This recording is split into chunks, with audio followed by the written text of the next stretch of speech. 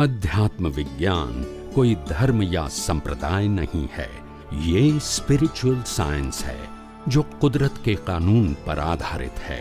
ये विज्ञान पूरे ब्रह्मांड के सभी रहस्यों को उजागर करता है और जीवन के सभी पहलुओं को समझने के लिए एक नई दृष्टि देता है।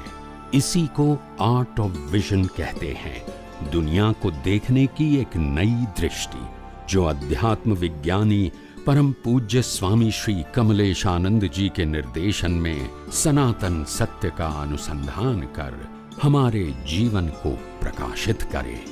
जय सच्चिदानंद। अभी ये साइंस को सिर्फ रियलाइज करना है। क्या करना है? अभी उससे कोई ऊपर जाना है नहीं है।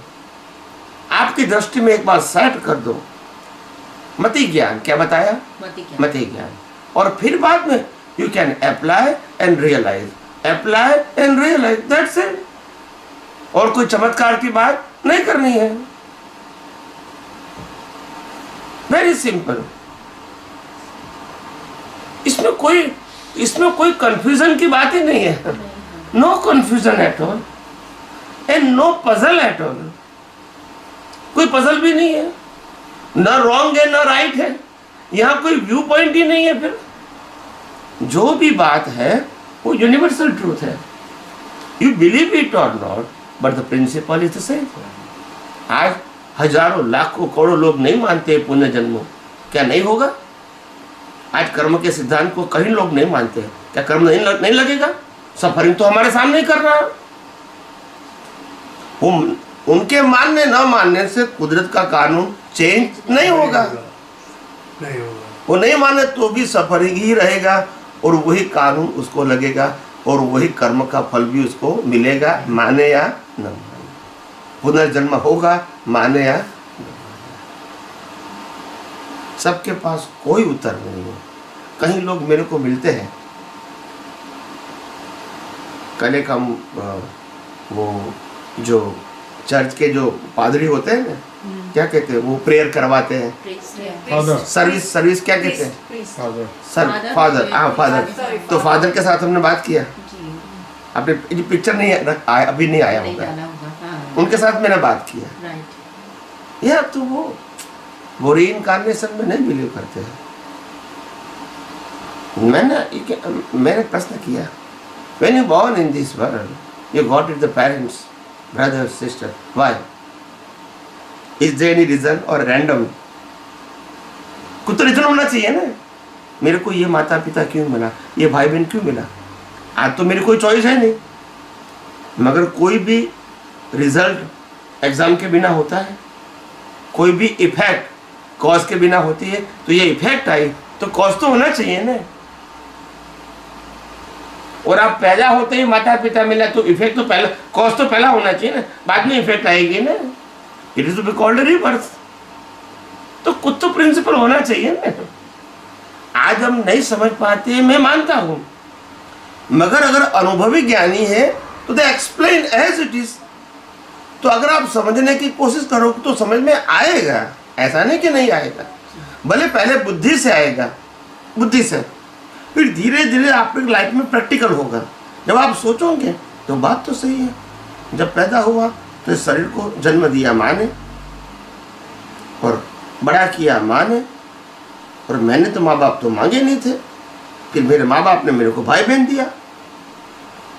उसमें चॉइस कहाँ है?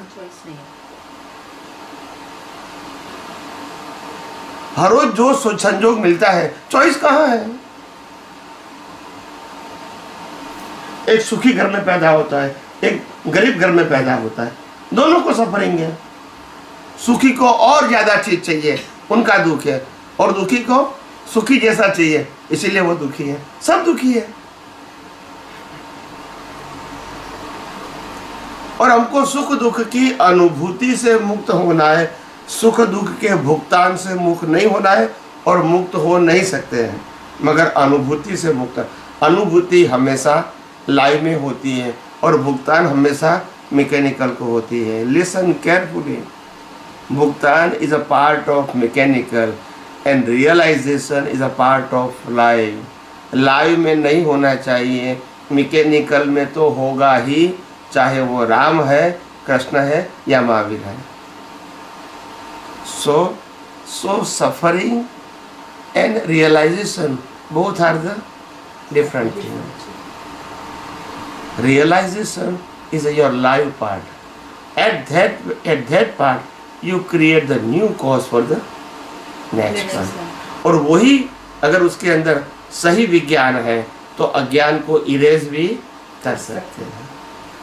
मैकेनिकल पार्ट में आप कुछ नहीं कर सकते, नथिंग एल्स। और इसीलिए आध्यात्म विज्ञान कहता है कि मैकेनिकल पार्ट में आप हाथ मत डालो, इनको सुधारने की कोशिश मत करो, बदलने की कोशिश मत करो। कैसे? लाइव पार्ट से। प्रकृति को सुधारना है तो भले सुधरे, जबान से, सोच से भले सुधरे, पर आप ऑब्जर्वर रहो ना। आप क्यों मन वचन काया बन जाते हो? इन्होंने गलती किया, झूठ बोला, तो किसी ने उसको डांटा, ये समझेगा कि मेरे को झूठ नहीं बोलना चाहिए, दोबारा बोले या ना बोले। वो उस सब्जेक्ट को तुम्हारा सब्जेक्ट क्यों बनाया तुमने?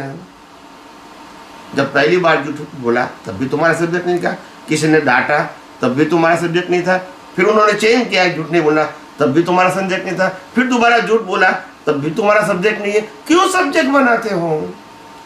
तुम आत्मा हो के शरीर क्यों बनना चाहते हो? और फिर कहते हैं मेरे को अनुभूति आत्मा ही करनी है, और अनुभूति शरीर का छोड़ते नहीं है और आत्मा की करना चाहते हैं। How it is possible?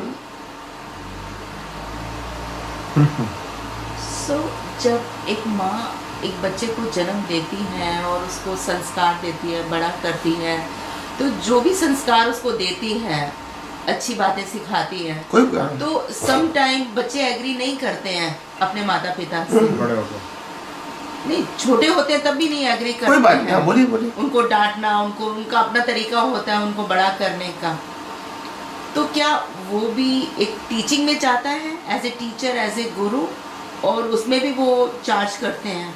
देखो, सिंपल बात ये है कि बच्चे को सिखाना ये माता पिता की एक फर्ज होती है, संस्कार देना, प्राइमरी जो भी कहो। घर का संस्कार होता है, एजुकेशन का संस्कार होता है, गुरु का संस्कार होता है, सबका संस्कार होता है।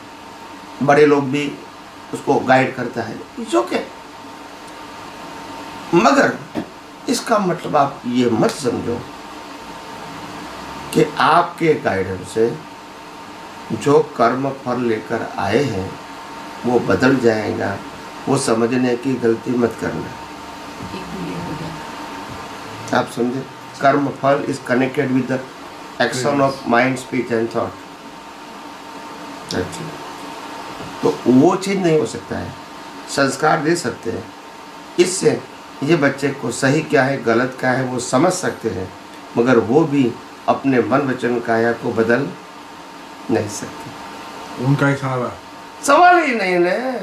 देखो, रामकृष्ण महावीर के पास ज्ञान था कि नहीं था, तो वो अपना जीवन वर्तमान क्यों नहीं बदल सके? Think about. वो अपनी पत्नी को क्यों नहीं बदल सके? अपने परिवार को क्यों नहीं बदल सके? बताइए मेरे को। They are not capable, they are not capable. Freedom नहीं दे। मगर जब जो पार्ट के अंदर फ्रीडम है ही नहीं, कैसे कर सकते हैं? आपका काम एज अ मदर बच्चे को संस्कार देना है, दैट्स योर ड्यूटी। बच्चे को संस्कार क्या ग्रहण करना है वो उनका सब्जेक्ट है, और बच्चे का मन वचन का ऐसे क्या करना है वो बच्चे के कंट्रोल में भी नहीं है। अभी आपको समझ में आया? जैसे आप खुद की बात करो, आपके माँ बाप ने आपको संस्कार दिया है, ठीक है, और धर्मगुरु बचपन में मिलेंगे, उन्होंने भी संस्कार दिया होगा। शायद कोई अच्छी किताब पढ़ी होगी, उसमें से मिला होगा, और दुनिया में लोगों को देखा होगा, उनमें से भी आपको ज्ञान मिला होगा। ये सब कुछ आपके पास है। ये होते हुए भी आप ऐसा दावा नहीं कर सकते मेरे पास जो ज्ञान है उसी प्रकार से ही मेरा जीवन है, ऐसा दावा नहीं कर सकते। वाई? ज्ञान तो है आपके पास, क्यों नहीं कर सकते? खुद के लिए दैट्स इट। खुद का कंट्रोल नहीं है और बच्चे का कंट्रोल करना चाहते हैं। मतलब बच्चा हम जो कहे वैसा करे, एक प्रकार कंट्रोल ही हो गया है ना। जी हमारा मन वचन का है, हमारे कंट्रोल में नहीं है, राइट। मगर हमारी जबान से बच्चा तो हमारे कहने के मुताबिक ही करना चाहिए। That's a misunderstanding. वो अपना लेके आया। क्वेश्चन थोड़ा डिफरेंट है स्वामी जी, वो ये है कि हर एक की अपनी अपनी एक प्रकृति होती है। Yes yes yes. तो समटाइम प्रकृति एप्रोप्रिएट नहीं होती है टू टीच समबडी और चिल्ड्रन, या समझ गया। राइट। तो बच्चा इस चीज को फील कर रहा है कि this is not the way to tell me और एक्सप्लेन मी और there is no logic in it. समझ गया। सो अगर माँ को भी एहसास है या घर में बड़ों को भी एहसास है कि मेरा तरीका गलत है, तो वो चार्ज कर रहा है अपने नेक्स्ट भाव के लिए। अगर वो तो बच्चा जाने, बच्चे को अगर आपको पसंद है, टेंशन लेने अगर की क्या बच्चे को जरूरत? पसंद नहीं, एक क्वेश्चन का आंसर करता ही है ना, करता है। इसमें तो कोई क्वेश्चन नहीं है ना, हम सब करते अच्छा हैं, है या बुरा वो कर ही रहा है। सवाल ही नहीं। As per is understanding, as per is क्या कहेंगे, एज पर उसका अंडरस्टैंडिंग है, एज पर उसका विजन है, एज पर उसका ज्ञान दर्शन है, उसके मुताबिक तो कुछ क्रिएट कर ही रहा है। Cause new cause for the next next it's a parallel. यहाँ डिस्चार्ज है, यहाँ चार्ज पैरेलल है, तभी तो डिस्चार्ज आएगा। यहाँ कॉज नहीं बनाएगा, इफेक्ट कैसे आएगी? यहाँ इफेक्ट हो रही है बाहर, अंदर चार्ज हो ही रहा है, पैरेलल। क्योंकि वहाँ पे वो एक्ट कर रहा है कि मैं कर रहा हूँ, मुझे ऐसे करना है, और उसको वही तो गड़बड़। जो भी अज्ञानता है उससे कर्म बनते ही रहेंगे, और कर्म फिजिकल तो है नहीं।